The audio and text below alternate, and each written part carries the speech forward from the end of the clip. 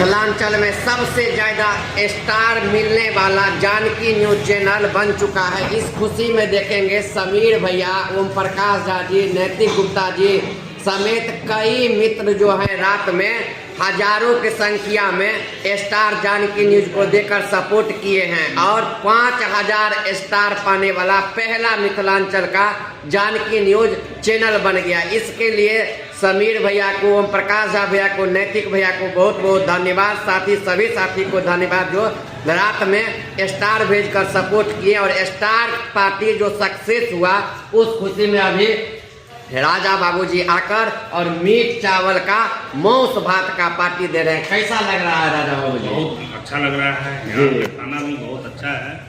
जब आप लोग अभी कौन होटल में हम लोग हैं? नंदनी होटल में आप लोग एक बार आइए और यहाँ के खाना का लुत्फ उठाइए। बहुत अच्छा टेस्ट है। अभी हम लोग भी आए हैं, यहीं पे स्टार पार्टी कर रहे हैं, तो वीडियो को भी शेयर कीजिए और फिर स्टार देकर सपोर्ट कीजिए।